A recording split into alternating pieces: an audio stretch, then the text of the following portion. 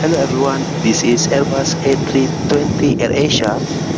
The aircraft has landing from the Kuala Lumpur to Aceh, and the aircraft has just exited from the runway to the gates of the ramp for the disembark of Aceh Pairs.